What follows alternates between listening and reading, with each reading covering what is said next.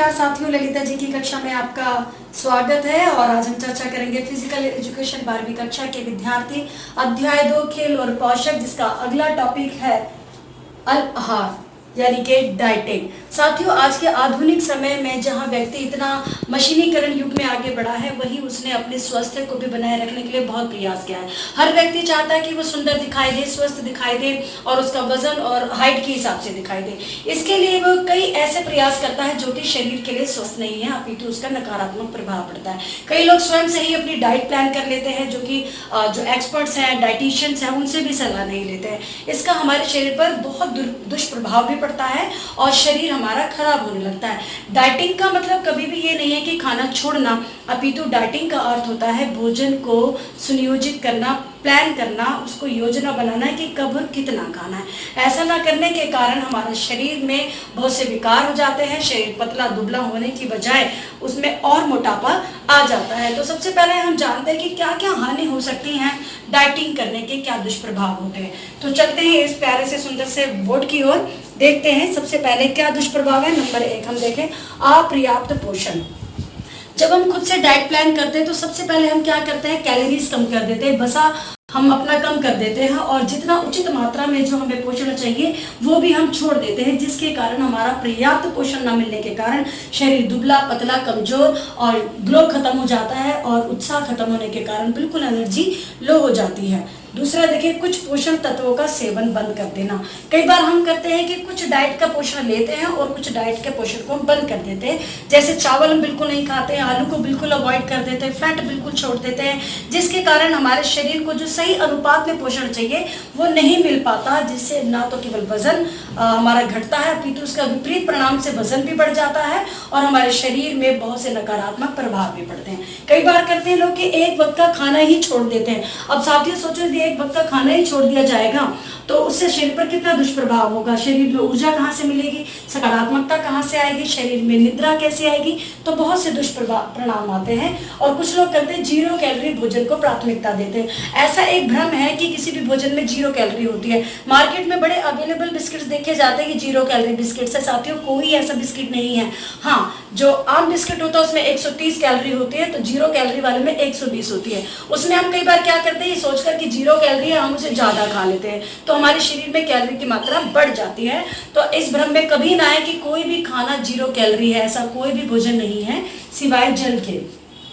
पेय पदार्थों को प्राथमिकता देना। कईयों को ऐसा लगता है कि खाना नहीं खाएंगे लेकिन चाय ले लेंगे, कॉफी ले लेंगे, जूस ले लेंगे और इसी प्रकार के और अन्य ड्रिंक ले लेंगे, जिससे कि वो मीठा होने के साथ साथ कैफीन भी होता है उसमें, वो कैलोरीज और शरीर में बढ़ जाती है। शरीर में हमारा वजन भी बढ़ जाता है, शरीर का आकार भी बढ़ जाता है, एनर्जी भी डाउन हो जाती है, चेहरे का ग्लो भी चला जाता है। तो ऐसा कोई भी प्राथमिकता किसी भी ड्रिंक को नहीं देनी है। इसके बाद सूखा रोग। जब हम अपना शरीर में पोषण पूरा नहीं देते हैं तो क्वाशियोरकर नामक रोग हो जाता है, जिससे कि हमारा शरीर की हड्डियां भी कमजोर हो जाती है, शरीर सूख जाता है, कमजोर दुबला पतला और खूबसूरती चेहरे की चली जाती है। इसी के साथ दांत व रक्त का विकार, क्योंकि कैल्शियम और फास्फोरस की इतनी कमी हो जाती है कि दांतों से खून आने लग जाता है, मसूड़ों में सूजन आने लगती है और इस प्रकार की हड्डियां, इसी प्रकार से हमारी हड्डियां कमजोर हो जाती हैं, शरीर दुर्बल हो जाता है। खनिज लवणों की कमी। कई बार हम पूरा डाइट न लेने के कारण खनिज लवणों की कमी हो जाती है, जिससे आयोडीन की कमी हो जाती है, एकाग्रता की कमी हो जाती है, नींद नहीं आती है, रक्त कम हो जाता है और व्यक्ति का ना तो सामाजिक, भावनात्मक, मानसिक जीवन रहता है, अपितु वह समाज में अपने आप को अक्षम भी महसूस करता है। इसके साथ ही कहते हैं व्यायाम ना करना। कईयों को लगता है कि हम तो डाइटिंग कर रहे हैं, खाना खाते ही नहीं है पूरा, हम लोग कैलोरीज भी नहीं लेते, तो फिर एक्सरसाइज क्यों करना। एक्सरसाइज करना तो बहुत जरूरी है साथियों, चाहे आप खाना कम खाएं चाहे आप ज़्यादा खाना खाएं, एक्सरसाइज आपके जीवन का एक अनिवार्य भाग है, क्योंकि जिस प्रकार हम इनटेक करते हैं आउटपुट भी हमें एक्सरसाइज के द्वारा करना जरूरी है। तो कई बार डाइटिंग वाले क्या करते हैं, एक्सरसाइज बिल्कुल छोड़ देते हैं, जिससे उनका शरीर निष्क्रिय हो जाता है, कमजोर हो जाता है, उनका चय अपचय सिस्टम बिल्कुल मेटाबॉलिक रेट बहुत डाउन हो जाता है और इससे शरीर के एंजाइम भी हमारे लॉस हो जाते हैं। तो ये एक बहुत ही आम और अवधारणा है कि हम डाइटिंग कर रहे हैं। आजकल के नवयुवक जो नए नए बच्चे हैं वो देखो डाइटिंग करते हुए दिखाई देते, तो बच्चे सावधान रहें, कृपया अपनी डाइट को प्लान करें, अनुपात में खाएं और एक्सरसाइज करें। यकीन मानिए आपका वजन कभी नहीं बढ़ेगा। इसी के साथ एक और हमारा टॉपिक है अगला, असहिष्णुता,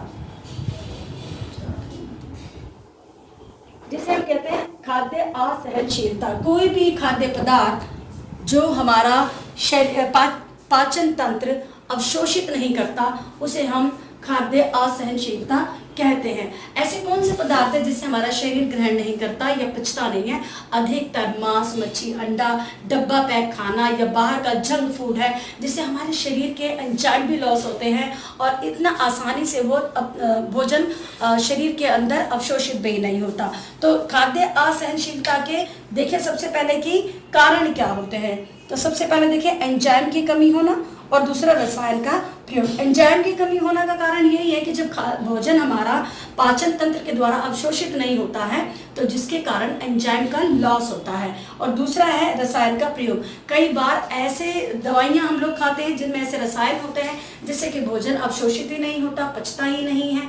तो इस प्रकार के भोजन का भी हमें ध्यान रखना है कि किसी भोजन में यदि ऐसे अवशोषित है या रसायन है या एंजाइम की कमी होती है तो उसे हम अवॉइड करें। अभी हमें कैसे पता चलेगा खाद्य असहनशीलता हमको हो रही है कि नहीं हो रही है, ऐसे क्या लक्षण दिखाई देते? तो पहला लक्षण हम देखेंगे, सबसे पहले तो वायु का विकार, यानी कि गैस्ट्रिक बहुत ज़्यादा हो जाती है जिसके कारण पेट में बहुत दर्द होता है। तीसरा, इसी के कारण दस्त लग जाते हैं, पानी का लॉस होता है, गैस्ट्रिक होने के कारण सिर में दर्द होता है, उल्टियाँ आती है और सीने में जलन होती है।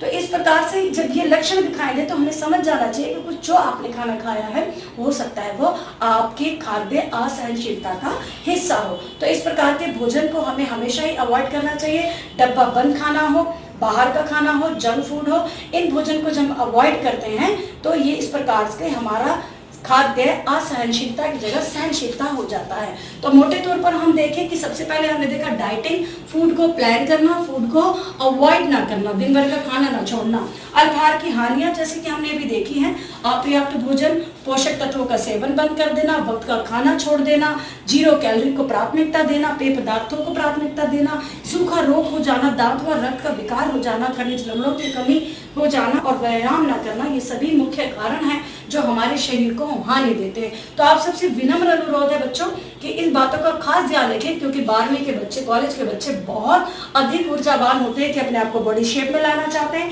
अपने आप का वजन कम करना चाहते हैं, पतला दिखना चाहते हैं। तो इसके लिए सिर्फ एक ही रास्ता है, वो है नियमित रूप से यौगिक एक्सरसाइज करें, व्यायाम करें, जिम जाए, दौड़े, खेल कूद करें। तो बच्चों ध्यान रखें कि ये क्वेश्चन आपका 6 नंबर का भी आ सकता है और खाद्य असहनशीलता 3 नंबर का भी क्वेश्चन आ सकता है।